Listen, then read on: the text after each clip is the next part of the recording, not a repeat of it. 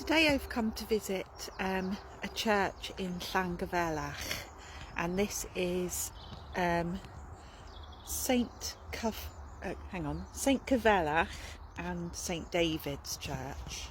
The original church here, the wooden church, would have been built by St Cyfelach, who would have been an early Celtic missionary.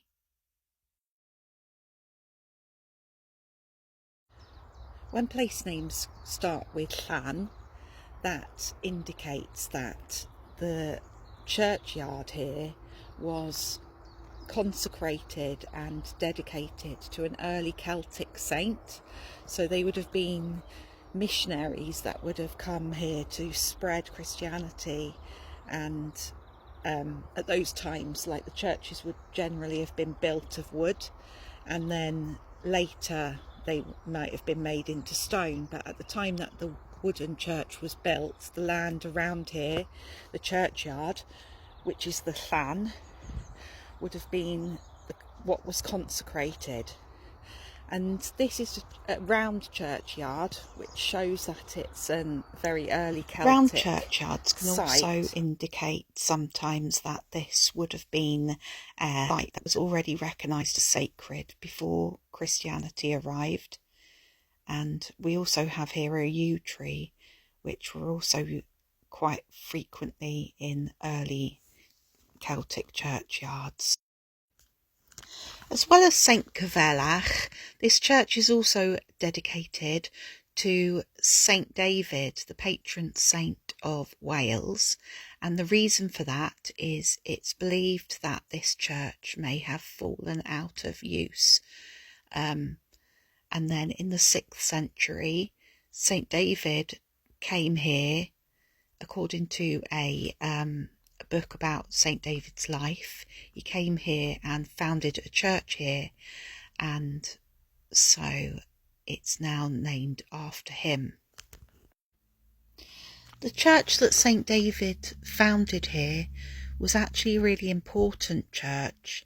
It was what was known as a mother church, which was the equivalent of like a monastery. This tower is what is remaining of the church that David built.